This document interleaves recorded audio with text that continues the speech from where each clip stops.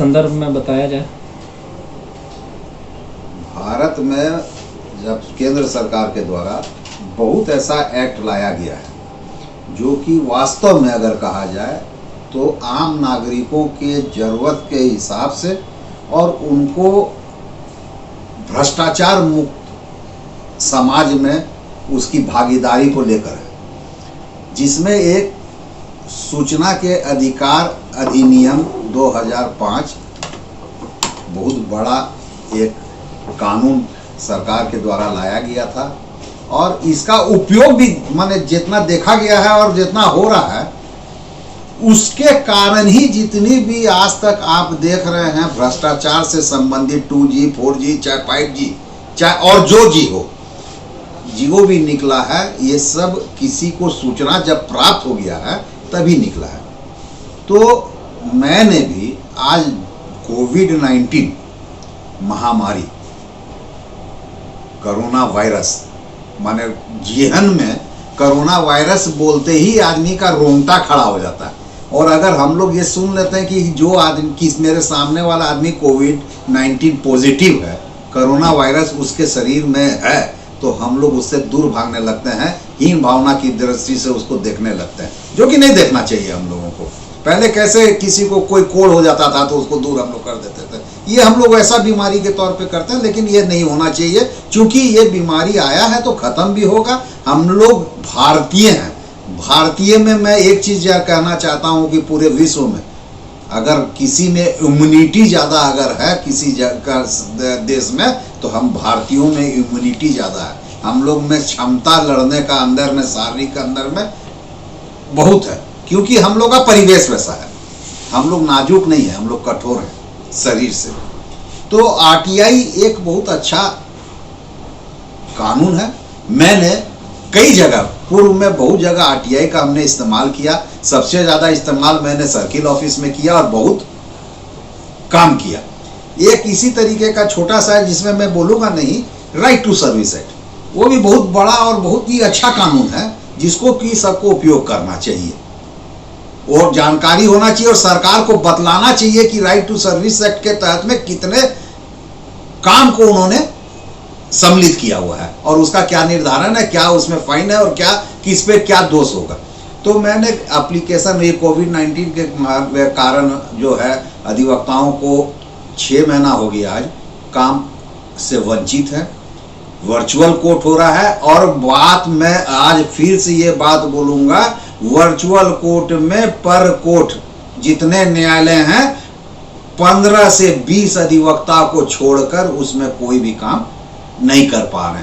तात्पर्य कहने का है अगर कहीं पे सैकड़ा का तादाद है अधिवक्ताओं का तो वहाँ पर 85% अधिवक्ता जो है वो बेकाम अभी हुए हैं, क्योंकि उनकी काम रोज आते हैं कचहरी में, मिसलेनियस काम करते हैं, सीनियर के साथ में रहते हैं, उनसे जो कमाते हैं तब घर का खर्चा चलाते हैं।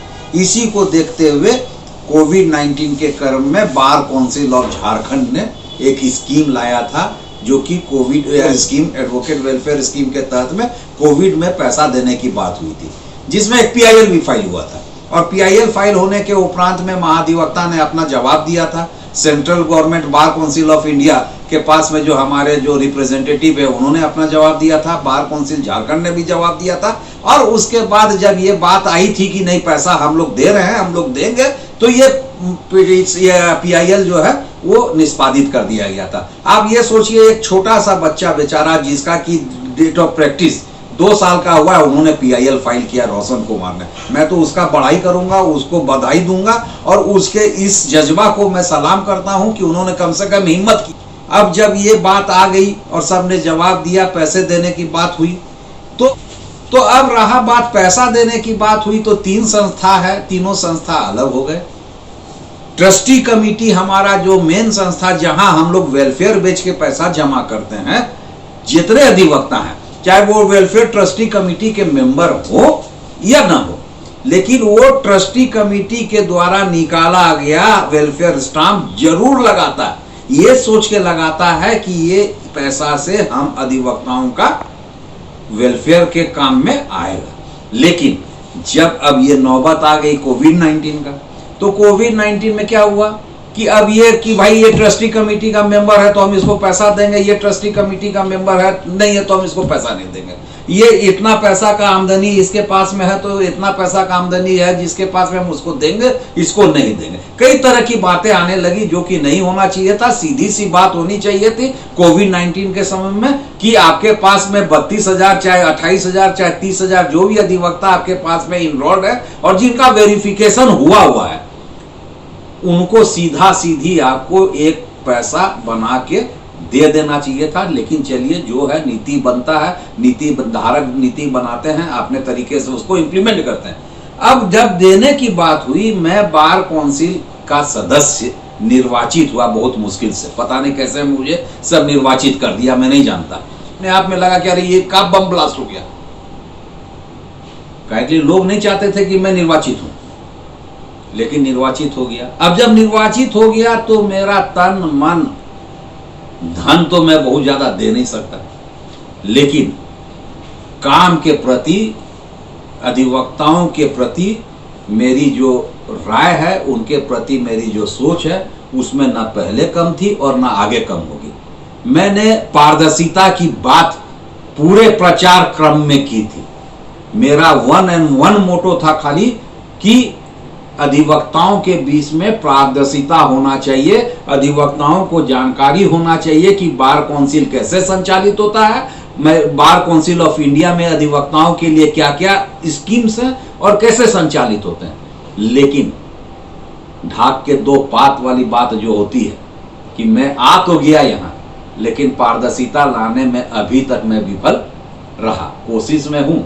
मैंने आरटीआई का सेल चालू करवाया बार काउंसिल ऑफ झारखंड में। पहले आरटीआई का सेल काम नहीं करता था, लेकिन अब आरटीआई का सेल काम कर रहा है।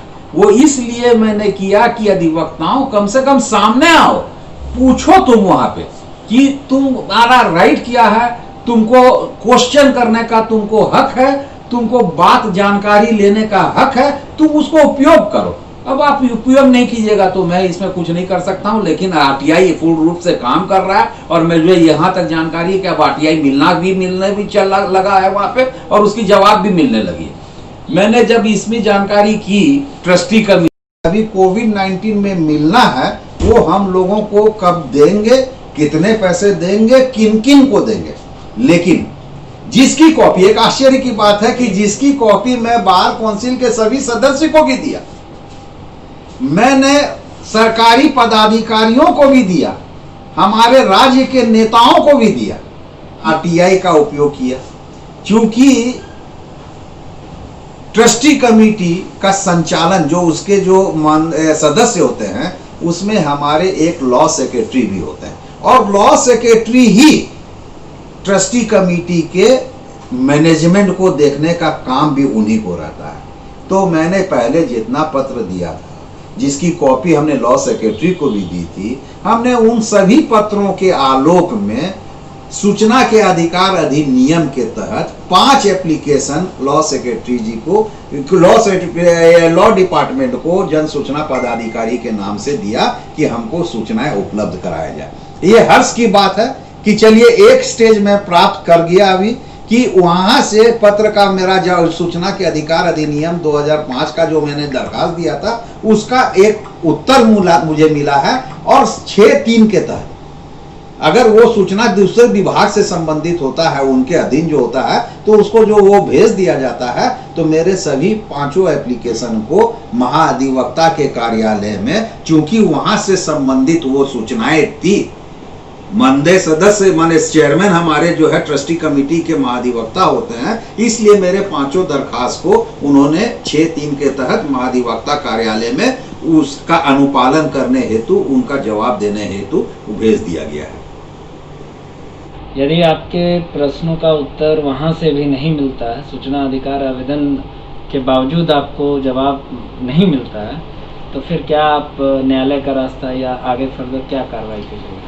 मैं तो इसमें एक बात ये बोलना चाहूंगा कि महाधिवक्ता कार्यालय में जब ये बात गई है और उनको सूचना देने के लिए उनको प्रेषित कर दिया गया है मेरे एप्लीकेशन को, तो जो कानून के रखवाले होते हैं, जो कानून जो मैं शीर्ष में जो है, वो ऐसी गलती नहीं करेंगे।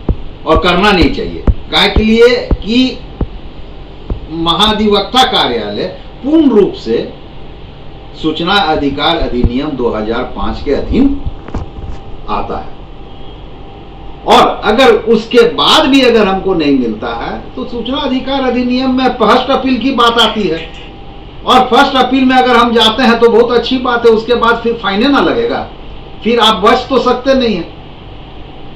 आप उसके बाद हमको सूचना दीजिए, आज सूचना दीजिए, चाहे 1 महीना बाद सूचना दीजिए, चाहे 3 महीना बाद सूचना दीजिए, सूचना तो आपको देना ही होगा। फर्स्ट अपील में भी नहीं दीजिएगा तो हम सेकेंड अपील फाइल करेंगे, और सेकेंड अपील में जब जाके तो आपको मिलना ही मिलना है सूचना। उसके लिए आप ये नहीं बोल सकते हैं कि सेकेंड अपील में जाने के बाद भी आपको सूचना नहीं मिलेगी। जितनी भी सूचना मांगी गई है ये सब सूचना उपलब्ध कराने वाली सूचनाएं हैं, और सब पब्लिक डॉक्यूमेंट से संबंधित है, और कोई भी ऐसी सूचना नहीं है जो किसी निजी आदमी से संबंधित है और निजी बात से संबंधित है। ये सब समुदाय से संबंधित है और सबकी उसके लिए संबंधित है, इसलिए सूचना आपको मिलनी ही है। और उसके बाद भी अगर नहीं मिली तो फिर उच्च न्यायालय बंद तो है नहीं आपके पास में ना, कोई दरवाजा आपका क्लोज नहीं होता, कहीं पे भी दरवाजा आगे के आगे खुला रहता है, और इसीलिए पहले ही दरवाजा में अगर बात खत्म हो जाए तो ज्यादा अच्छी रहती है।